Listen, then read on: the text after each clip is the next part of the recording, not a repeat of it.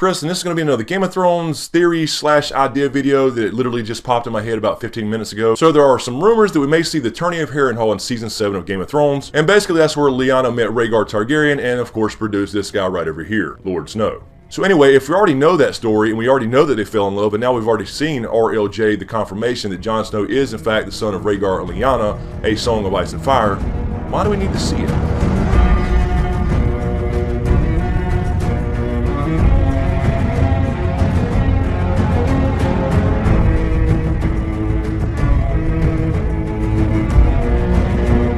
Alright guys, so I'm not going to go over the Tourney of Harrenhal in depth. I will give a quick overview because there are a million videos about what the Tourney of Harrenhal was, what happened. We had, Rhaegar and Lyanna there. We had him giving the crown of blue winter roses to Lyanna over his wife, Elia Martell. We had, of course, Howland Reed getting his ass beat. And then, of course, that led to the Night of the Laughing Tree, most likely being Lyanna Stark. But the point being is, we kind of already know all that. Book readers know a lot more detail about it. It goes into a lot of things on how potentially Rhaegar met Lyanna and fell in love with her and vice versa. And even on the show, it's been mentioned plenty of times. It's kind of the backstory to Robert's Rebellion on how Lyanna and Rhaegar fell in love in the first place. It was mentioned by Jojen to Bran on the way to see Bloodraven, and he was surprised that Bran had never heard the story. And of course, we got a little bit of the story with Littlefinger and Sansa in the Crypts of Winterfell, where Sansa basically said, yeah, Rhaegar chose my aunt, but then he kidnapped her and he raped her, and Littlefinger looked at her like, not exactly. So anyway, the point being is we know the result of said union between Rhaegar and Lyanna. Then why do we need to actually see it in the show? Is it just to show Rhaegar Targaryen? Now, I personally have a feeling we'll probably see Rhaegar Targaryen in some flashback in some way, shape, or form because he has been talked up so much. But again, on the TV show at least, why do we need to see that on screen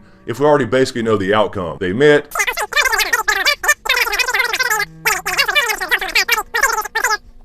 And we have Mr. Snow as a result, the Song of Ice and Fire, potentially Azor Ahai, the last hero, one of the saviors of our story, however it goes down. So if we do see the Tourney of Harrenhal, obviously this is in the past, and we're going to see it through Bran's eyes since he's the only one in our story who can actually go visit the past. Anyway, we also know from the Tower of Joicing that he can kind of affect the past, and Bloodraven tried to warn him against this by saying the ink is dry. So what if the Tourney of Harrenhal went down a little bit differently, and that's why we have to see what happened. So let's say that we had the whole Tourney of Harrenhal, it basically happened like we know, and then of course we have the Night of the Laughing Tree, and that is where Howland Reed got his ass beat by a couple of squires, and then some mystery knight with mismatched armor as well as a shield with a sigil on it of a werewood tree laughing came in and kind of avenged Howland Reed with a booming voice and defeated those three squires knights that they served, and then rode off and disappeared, and everybody wondered who the hell it was. Aerys II Targaryen, of course, already being batshit crazy, thought this was one of his enemies and sent his son Rhaegar to find out who this knight was. Now, book readers know that nobody ever discovered who this knight was, but there are a lot of theories that more than likely it was Lyanna Stark because she was a she-wolf, she was a badass, she was kind of a warrior chick like Arya, and she was also very good on horseback, which is also very important because really all you need for jousting is to be a good horse rider, not a good warrior, so to speak. So anyway, the point being that more than likely that was Lyanna Stark.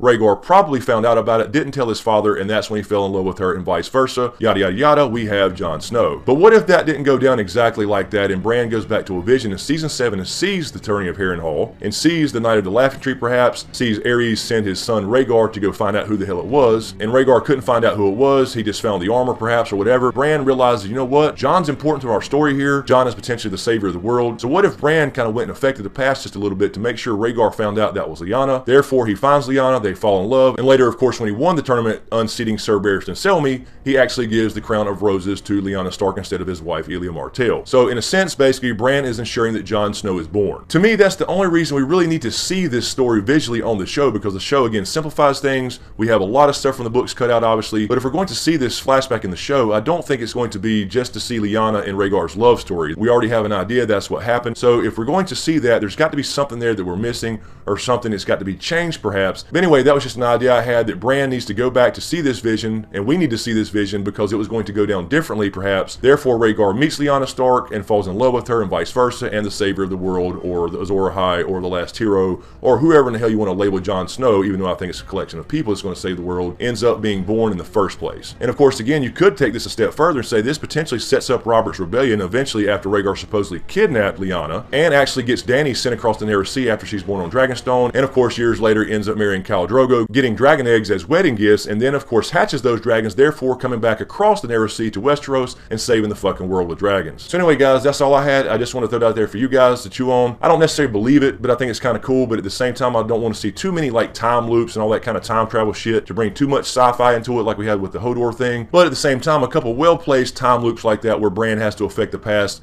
could be kind of cool, but just not overdone. Anyway, guys, let me know what you think in the comments below. What did Bran do? Did he cause Rhaegar and Lyanna to get together to ensure Jon's birth, and therefore set up Robert's Rebellion in the first place, and then therefore make sure that dragons came back to the world via Dany? I mean, that's a long stretch, but I think it's kind of cool to think about. Anyway, let me know what you think in the comments below. As usual, thank you for all the support. I really, really appreciate it. Be sure to subscribe to get everything. Thanks for watching, and we'll see you next time.